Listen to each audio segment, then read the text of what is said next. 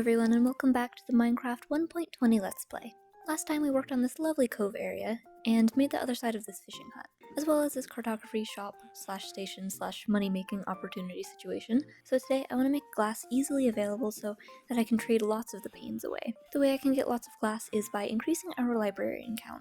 Currently though, they are all in this room that I randomly dug out next to the tavern hotel area. This does have a large capacity to hold them, however it's not very pretty. So I think I want to build something over here behind the cafe slash bakery type area next to this swampy lake, and I might make a walkway to this island here so that I can build there in the future. First things first though, I do need to terraform this hillside here and clear some trees. I also want a nice path to connect this area and make climbing this hill a little bit easier. It's quite steep. So I'll chop even more trees and add some paths and spruce slabs, kind of curving down this hill here, and the straight pathway should end up right in front of the library. This area is looking a little bare now that I've taken out half of the forest here to make this path, and I've wanted to add some custom trees on this main island, so let's go chop some spruce trees and gather some leaves.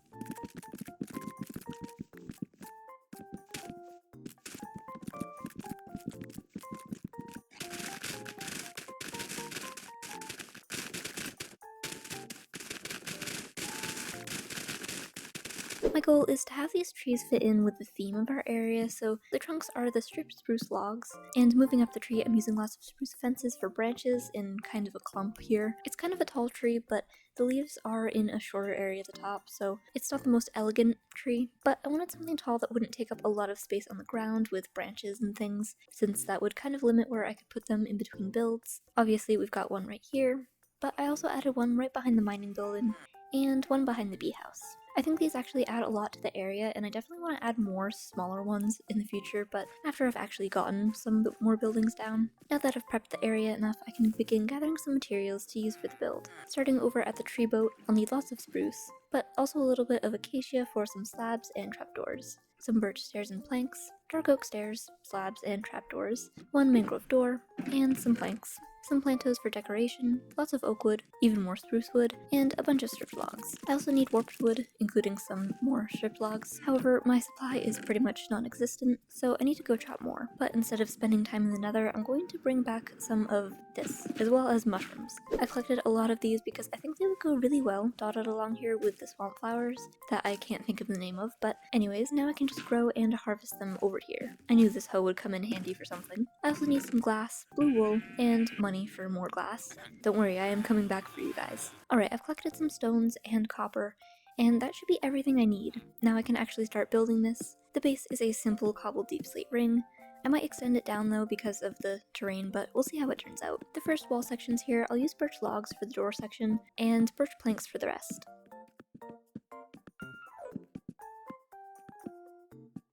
The beams are spruce, but with a dot of mangrove covered by a trapdoor. The next floor is the same kind of idea, but instead of birch, it's oak, and instead of mangrove planks, I'm using some note blocks. Now that the main structure is down, I'll put the windows in. I'll use blue on the first floor and regular glass for the rest. As for the roof, it's mostly copper, a lot like the cartography station we built last time, but with the prismarine on the top. This roof also has the acacia trim made out of slabs. The next step is putting the fireplace slash chimney in. I'm going pretty basic on this, and it's just brick going up into granite with some campfires on top, surrounded with spruce trapdoors, and topped with more granite. I also want to have some height to this build, so I'm adding a tower back here made out of spruce to go with the gradient that I've been using from birch to oak and now the spruce. The top is going to be warped and other blue materials to match the prismarine and copper, so I'll put a stripe of deep blue before the roof actually starts. For little decorations outside, I'll hang some plant pots, and I think ferns are the best to use for these as hanging plants. I'll put some bigger plants by the door, and add a hanging sign above. So that's the outside of our library finished. I think it fits the theme of the area pretty well with the spruce and copper. Inside, I'll start by... Actually, well, it's pretty dark in here, so let's grab some lanterns first. I'm really hoping this is the last time I have to run up here like this. But anyways, replacing the whole first floor with some stone bricks. And I'll make a staircase over here that's slightly better than the dirt blocks. The second floor here, I'm planning on using the cherry pattern from last episode. It works well up here, and on the floor below, I think it works good as a ceiling as well. Now before I get any decorations in here, I want to move the villagers. I think that'll be much easier than trying to move them through a fully decorated room with all of the trapdoors and such. That means I need to lead each of you all the way over with a lectern. Alright, here we go. I've already lost him. Oh, hi. Never mind. Okay, that went pretty well. Much better than I expected. However, I don't really want to do that 4 more times, and I want to have a quick way to get back and forth between them and the cartographers with the glass. So I'm thinking we'll dig a tunnel, starting in here somewhere. By the staircase is a good spot, and I'll just keep digging until I get in the vicinity of the cove area.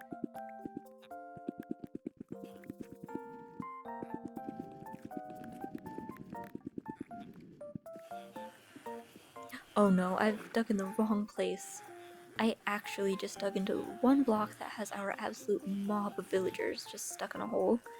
Can't believe I've done this. Okay, we continue. Oh, here's something. Oh, it's fishes.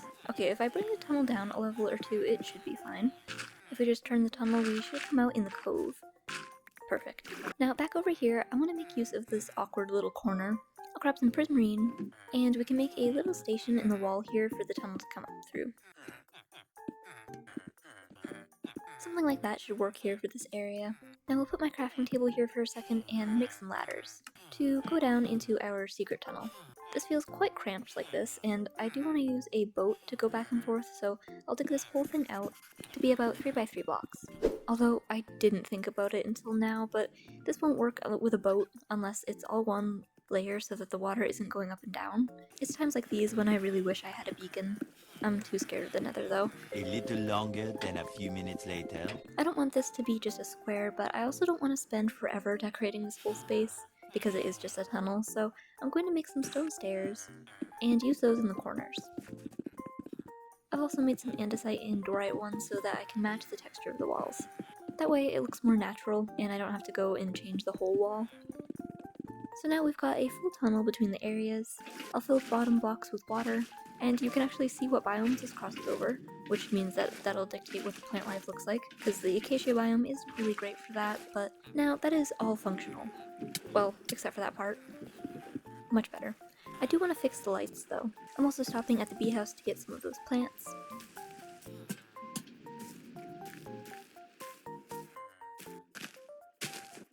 Now that's the tunnel fully decorated. I'm kind of going for the less is more approach with this, and with that done, I can finally get my villagers. All of the librarians are now in place, with one guy up here. The first thing to do is decorate these stalls. I want them all to be lit up, so I'm going to see what I've got for light blocks. I've got some glowstone I can use. Jack-o'-lanterns also would be fun to use, but I won't for now. I'll carefully place all of these above their heads, and I want them to be kind of sat inside a bookshelf type thing. I can buy the bookshelf straight from them if I have the funds, and if they actually sell bookshelves. And for some reason I'm setting my stuff up in the fireplace, but I need some spruce trapdoors. For the sides here, those stalls are complete, but the back wall still needs something, and that is pretty much just more bookshelves. However, there is one block of space back here that I want to use, and I have some leftover glass, so I'll grab a tropical fish from the turtle sanctuary and make this little fish tank in the middle. I think it's cute, but let's also add some flowers in some pots here on each side. I do need some storage in here for this building, so I'll add some on this floor. And now the actual floor, I think needs a carpet. I'll visit my sheep to get some pink wool, I'll use that along with some moss carpets, and create a simple striped rug in the middle of the floor. The last thing for this room is the fireplace, which means that I need to relocate some. I want to use some spruce signs as a railing here. Not very practical because it's flammable, but it looks nice. The next level, I want to have lots of bookshelves in, so I'm going to supplement with chiseled bookshelves and some looms. Even though I know we have an option for empty bookshelves, it's fine. I do need some more string down here at the cave spider farm. Ow. Ow. It's never a peaceful journey down here. I'll leave these out 3 apart so that it's not too crowded, and I'll definitely have to do a lot of trading here for more. I also want to keep the spruce theme up here, so I'll wrap the shelf ends in spruce stairs with some trapdoors. The ceiling here can also be spruce to kind of merge with our bookshelves we've got. For the entry area on this side, I'll make some smaller bookshelves to fit in these smaller spaces. And for these, I can actually use the chiseled shelves because they only have one shelf on one side, which means I can't really use them for the other ones since they do have 2 sides that are visible. In the spaces between the bookshelves, I'll use trapdoors to fill the space with even more storage. On the opposite side here, I'm planning on having more villager stalls, so they also need a nice shelf that also functions as a barrier to keep them from escaping. I'll add some of the lanterns up here, hanging from bars and surrounded by acacia trapdoors. Some final decorations up here can be some pink carpet and flower pots. I'll buy some paintings from my lone shepherd and put them by the doorway, since this whole wall was kind of looking blank. I forgot that I recently got my automatic bee farm to work again. That means I can make some candles, so I'll grab some dyes, some cyan, and pink and magenta. There's not a lot of room for them to go down here, but they can go on all of the shelves up here. And I do want to have bookshelves in the middle here eventually, but for now I'll just pretend and put candles on top anyways. I've run out of shelf space, so some can also be on the floor here. Now to light them, being very careful not to light the building on fire. There we go. It's kind of a lot, but that's okay. I don't feel like moving any more villagers today, so these are the only librarians on staff at the moment. The last thing I do want to do today is work on the outside around here. Also, as of waking up today, it is the 1000th day in this world. Anyways, my goal is to have a deck area back here, kind of matching the one at the bakery. This will give us access to the land back here for the buildings in the future.